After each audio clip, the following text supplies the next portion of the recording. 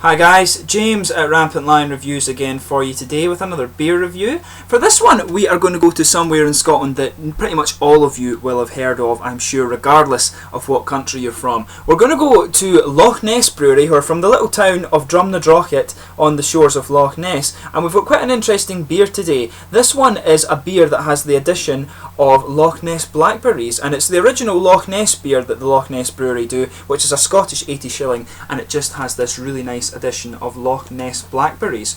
So anyway, as is usual with my beer reviews then, I'll take you through a very brief history of the brewery itself. If you do want to get straight to the tasting, just fast forward. The brewery website's in the video description for you below, along with a link to an article that actually tells you specifically about this beer and the collaboration that went into it, and there's also a link down there to my other reviews that I've done from Loch Ness before, and these guys actually do some really good beer, so they are worth checking out. But anyway, just to tell you about the brewery itself, as I mentioned to you, the brewery is from Drumnadrochit in Scotland, and the Loch Ness Brewery is actually attached to the Ben Leva Hotel on the shores of Loch Ness. But the brewery and hotel are owned by brothers Alan and Stephen Crossland, and they decided to add a small 2-barrel plant to the hotel's pub and start brewing their own beers, and since then it's actually grown and their beers are very nice. But they served their first beer in the pub on January of 2011, and they proved to be very popular indeed, and as I say, they've grown ever since. So they began actually distributing their beer on a small scale, and apparently a lot of help came in the early days from Angus McRory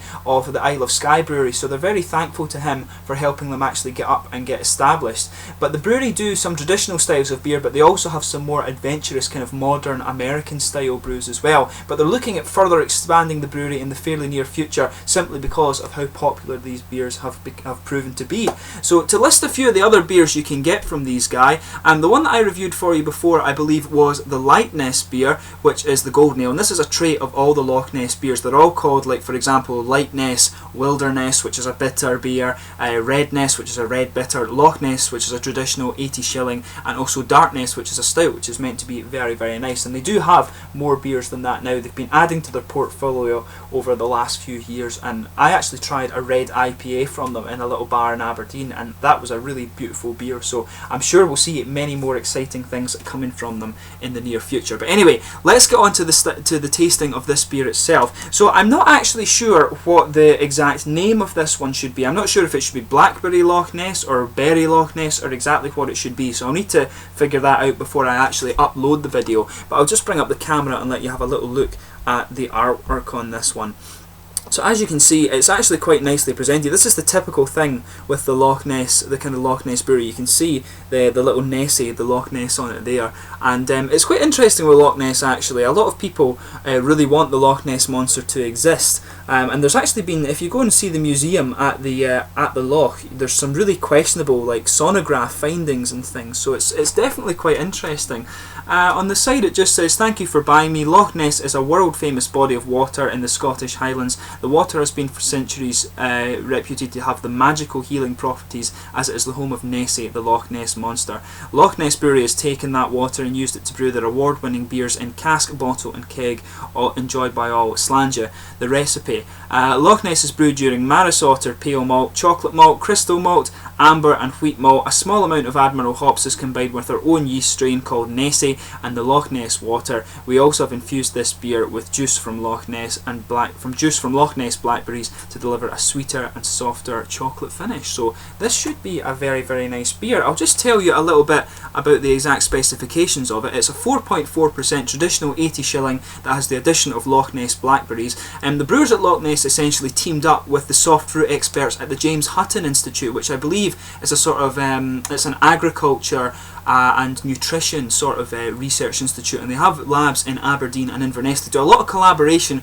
with my old university, Aberdeen University, but they teamed up with the guys at James Hutton Institute and also a Fife berry farmer called Rob Simpson to create this beer, and the beer was apparently born out of a possible dispute over the name Loch Ness Blackberries. So they decided just to brew a beer together to show friendship and things, and it should be quite a nice beer. But the Loch Ness Blackberries were created and launched by the Hutton Institute back in 1989, but as I told you, the Loch Ness Brewery was only created in 2011, so if they wanted to use the Loch Ness Blackberries and name the beer like Berry Ness or Blackberry Ness or something like that, you can see there might have been a little bit of a conflict of interest, but as they've sorted it out, so it should be very good. So as I told you, it's a 4.4% beer. It's got Maris Otter pale malt, chocolate malt, crystal malt, amber and wheat malt in there, and there's some Admiral hops and their own yeast strain called Nessie. So it's 4.4%, and without further ado, we will actually get on and open this guy up. So let me just check the cameras being nice for you again, and here we go.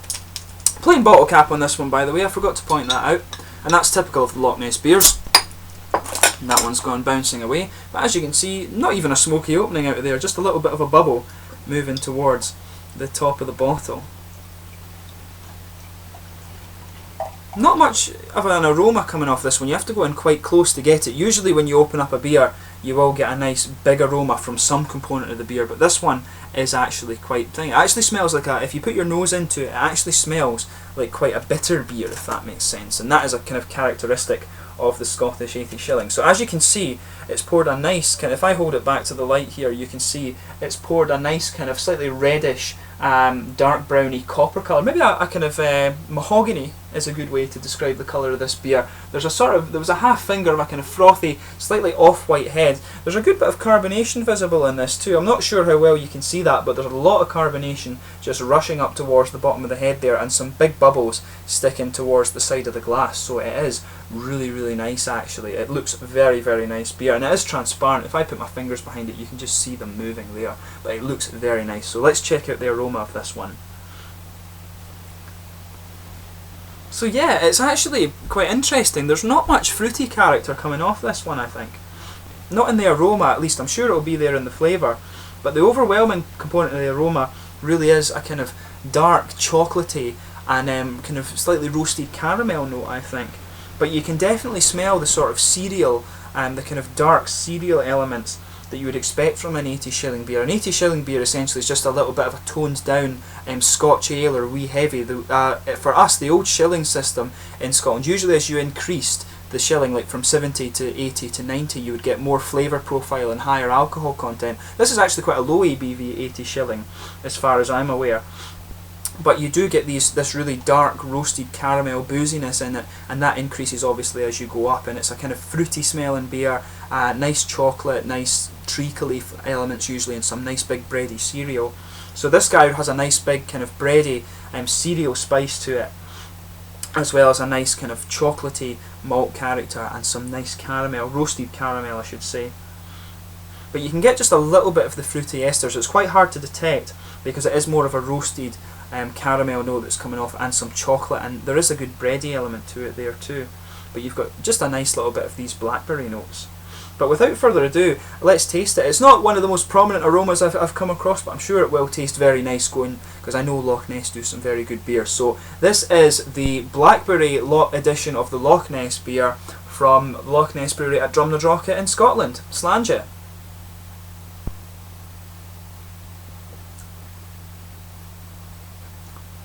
Now that's really nice actually. The fruit character is quite different from what you would expect from a normal 80 shilling beer, if that makes sense.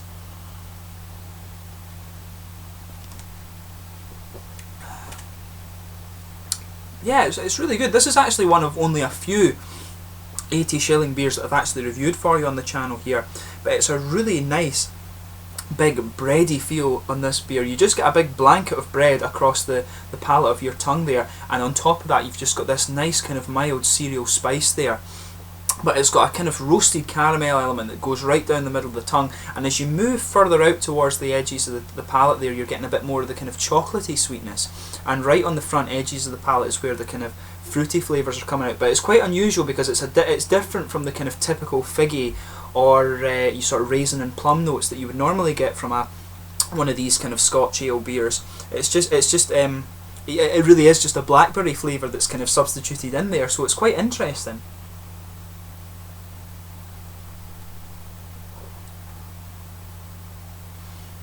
But yeah, it's actually really beautifully done. It's the Loch Ness Brewery produce some really cracking beers, and for me it's always amazing how this brewery are only about 3.5, 4 years old, something like that, and they can produce such good beer.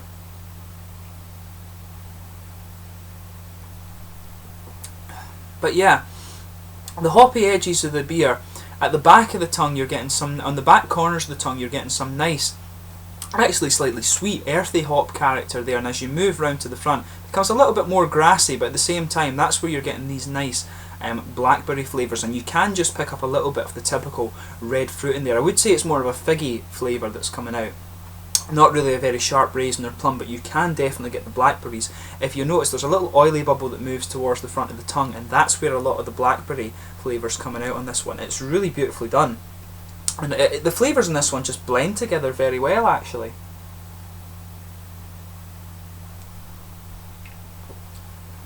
But yeah, you get this wet feel on the tongue, which is where a lot of the fruity flavour comes out, and as the liquid is actually on the tongue, that's when you're getting the most out of these blackberry flavours. But they blend together really well. As I say, a nice bready blanket there, some cereal flavour that blends on it, that goes on the top very well, and that kind of makes the transition between the earthy hop, between the sort of malt base and the hop characteristics of this beer, makes it go very, very smoothly. Then you've just got a little bit of caramel that goes right down the middle of the tongue, quite roasted actually, not really a treacle or molasses flavour, just a kind of straight up caramel, and then as you move further out over towards the hop you're getting just a little bit of chocolate sweetness, and that blends really well with the kind of cereally characteristics in this beer. It's beautifully done. There's not much more you can say about it. I can describe these flavours for you, but there's not much more you can say about this beer other than it's a really good beer. I don't know if I would session one of these. To me this is a tasting beer, if that makes sense. It's something you want to try and enjoy, but you know, I would get it again. I would say it is a beer that I would happily go and buy again. But in the pub, I would say I probably didn't drink too many more of these actually. I always find, for me, a session beer is always like an IPA or a double IPA or something like that. I'm not sure I so much would go into the darker beers. I love darker beers and tasting them, but I can't drink all that many of them because I just feel very bloated. But this is actually quite light, so in terms of the mouthfeel, it's definitely kind of mid-bodied, but at the same time it's on the lighter end of that. It's got a nice kind of soft carbonation in it, but it comes in with a little bit of an attack there, and that helps kind of promote, I think, the sort of cereal flavours on the middle of the palate. But it's got a really big malty base, this one. It's more of a malty beer than a hop one, which is what you would expect from an 80 shilling. But it's got a nice kind of sweet fruity character around the end, but in the aftertaste it really is the kind of typical cereally element in this one that's coming out, and you've got a little bit of the kind of chocolate and roasted caramel just sitting in there as well. So it's a nice big bready beer, big malty forward beer, this one, which is what you expect from the 80 shilling. I always find that the American versions of these beers are a little bit too fruity in comparison to what the originals should be. The American ones always have this kind of candied fruit taste in them, but the traditional Scottish beers don't have that. But this is a very, very nice 80 shilling, and it's from a really beautiful part of Scotland and from a brewery who I think are very up and coming. These guys need a little bit more time to establish, so those of you watching in other countries I'm sure will see them in coming years, and their beer, pardon me, is actually very good. So I'm sure in the coming years you will actually be able to get hold of it. I'm just getting a little bit of kind of gas off this one actually, but it's a very, very nice beer, and I would recommend you try it. I think anything you're going to try from Loch Ness Brewery, you will not be disappointed. A very good brewery, and I'm sure we'll hear of more from these guys soon. But anyway, I hope you've enjoyed this beer review. It's been cool to return once again to the Loch Ness Brewery because such is the quality of their beer. Let me know in the comment section your own thoughts on this beer if you do happen to have tried it before. I always like reading all the comments that I get, and in the meantime, please like, subscribe, share, all the usual YouTube stuff. I hope you've enjoyed this beer review, but slàinte for now, and I'll catch you soon with my next one.